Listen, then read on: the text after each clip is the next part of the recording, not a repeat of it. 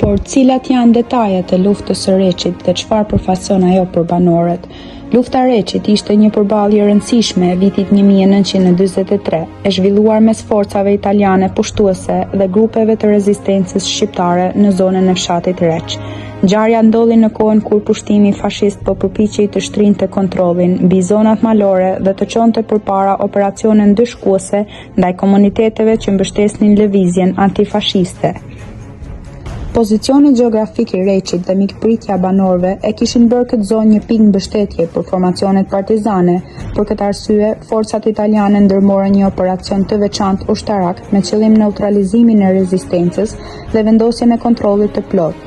Banorët vendas së bashku me luftëtarët partizan organizuan një mbrojtje të qëndrueshme, duke përdorur terrenin e thyer malor në avantazhin e tyre. Për më tepër, një banor i fshatit Reç, Marashkoll Nikaj, na tregon. Përshëndetje gjithë popullit të Reçit, veteranëve të luftës së Reçit, pjesëmarrësve që bën luftën e Reçit. Po kështu përshëndetje kam edhe për stafin e shkollës së Reçit, kryesisht të gjithë edhe personelit mësuesve të kësaj shkolle. Lufta e Reçit hyn histori jo si një luftë thjesht krahinore ose e lokalizuar musht. Po ajo është një luftë me karakter kombëtar e cila jehona e saj ka rrinë jo vetëm në Reçin shkollë, po deri në gjithë Shqipërinë. Prandaj ne si Reçan jemi shumë krenar që u zhvillu kjo luftë dhe fituam këtë luftë. Italia fashiste erdhi në Reç jo si pushtues për Reçin herë. Ai erdhi ishte në to tërheq dhe si vend kryesor gjeti Reçin për të stërhuar, përkohësisht. Mirë po, shumë disa njësi vogla që ishin partizane filluan nga çmimet e kësaj ushtrie dhe u përgjegjën ata me luftë. Kështu që filloi lufta, u zgjarri luftës shkrimtare. Fashistët italian bën disa inkursione edhe me anë e ajrit, domethënë mbështetur nga aviacioni që në pak vende është përdorur aviacioni në Reç ku përdor. U dogjen disa shtëpi, por drejta më e madhe i takon popullit të Reçit, i cili hapi dyert e veta ndau ka fshatin e Bukës me luftarët e lirisë.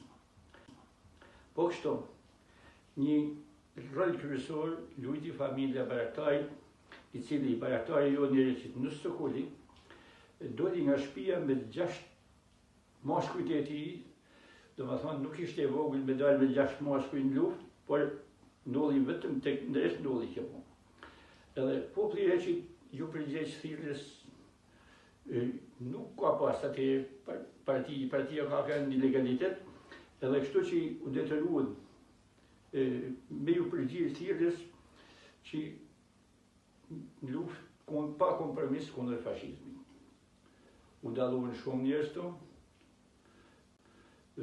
që pia Baratarit edhe Rifat Nozi vdiq kryet detyrës në llogar, kështu tjetër kush para një ndër ata ishte Gjyla Beta Faslis, e cila thonë u rrëfu shtëpia dhe gjatë përpjekjeve ajo bori 3 pluma në trup në shtëpinë e saj, moshën 13 vjeçare ajo.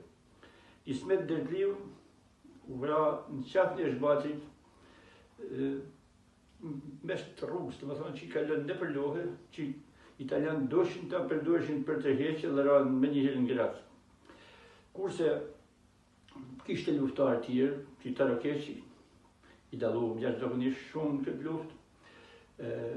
Sokol Barami e tjerë pilotë ishin shumë edhe njerëz cilët nuk e kishin marrë vesh tamam lajmin e mirë, po erdhën me vëdes, po gjithsesi rrallti e batalionit për atë gjepi i plotësoi populli i Reçit.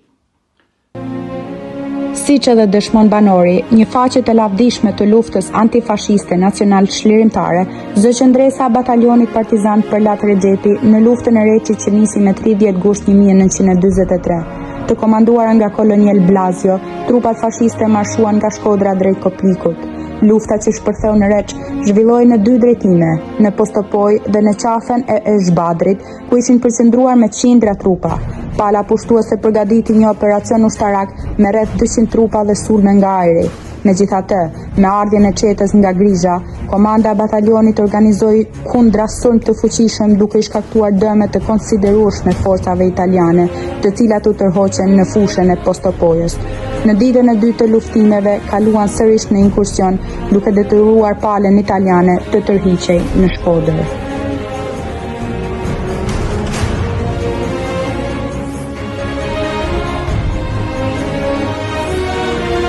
Lufta e Reçit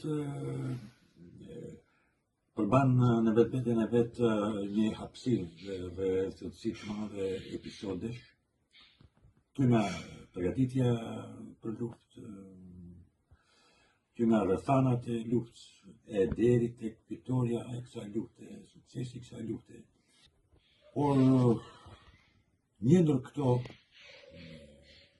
ngjarje, një ndër këto episode me kam mirë në mendje që ka të bajnë me historinë të ndjerës Syke Rrugë Bruçaj.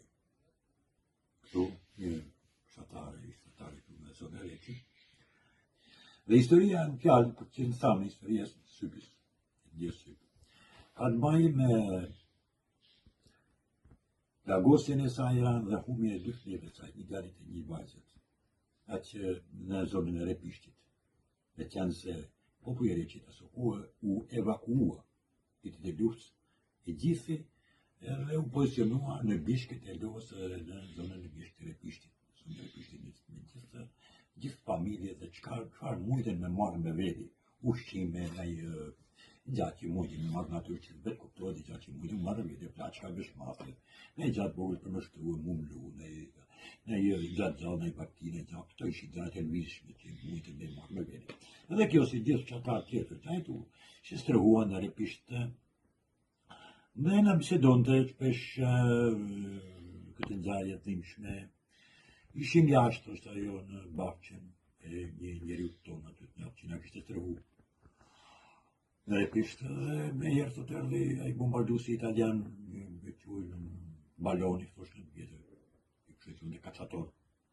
Por bombardues luftarak, është natyrshëm asaj kohe, asaj periudhe të luftës botërore. Erdhi shumë poshtë që ne na i teti thotë edhe ato gjethet, ato shkura, ato urça kishim rreth rrotull aty, na i aq poshtë ajo presioni ajrit. Dhe ne me herë thotë molla dhe u futa në një thankë.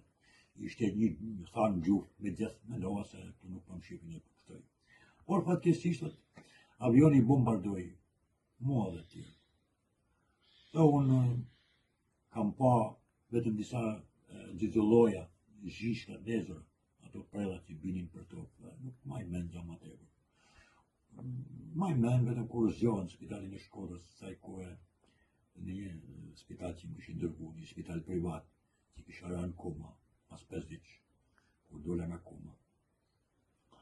Dhe mos i kuptova se ku kam përpunu, pyeta për fëmin, që mos më rënojnë gjendjen time në situatën në cilën ndodhesha. U përpoqet mos e kuptojnë, por unë nga reagimi tyre e kuptova që fëmija mi ishin vrarë, edhe unë i huma ndjenjat përsëri, dhe mbeta edhe 2 ditë tjera në koma. Si di shmej kësa ngjarje ajo, na sillte vazhdimisht pjatën me disa lumbave, troprellash, më mirë me thënë, që i kishte jek vit mas vitit, thuaj se për 20 vjet rresht, kishte jek 1, 2, 3, kishte jek nga trupi i saj në operacione në spitalet tona. Ajo tregonte këtë ngjarje shumë në mënyrë ma gjanë, në mënyrë ma prekse, në mënyrë ma dhimbshme, dhe mas 20-30 vite duke qarë.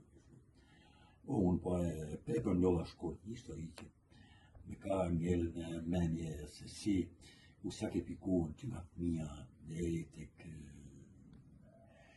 nanat e mifërgrat, vajzat, pleqt, plakat, u sakrifikuan si viktima të luftë. Ale për dëshmorë që luftë që u vranë direkt në front në frontin e përballjes kësaj lufte, siç qenë Rifat Nuzi, djali i Bayraktarit Reçit. Në mbyllje, po paraqesin një lexim të një poezie të autorit vendas Mara Shkolnikaj, si një reflektim artistik mbi kujtesën e luftës së Reçit. Ne pyllit këtu i themi kashnjet, në vend të lisave rriten gështenja, që kanë në trup plumbat e nxehtë, që kujtojnë vitet dhe betejat. Këtu dhe malet janë raspëdi, me rimin e puthun të gurit. Reçi është ndërtuar në një shpat të pjerrët, sikur të ishte në krah të flamurit. Prandaj malli më merr shpesh, si biri i tij që jetoj në këto anë, rrugëve të ngushta ku ti o Reç, korre mbrëmjeve kolona italian. Në majet e gështenjave shqipet bëjnë folen, në tribunën e Reçit këndohen këngë për mëmëllen. Reçin e dini Brizallit të bardh, të Postopojës luftoi Taro Keqi, dëshmor Rifat Trimi dhe Gjyla Bejtja si Helen e Trojës.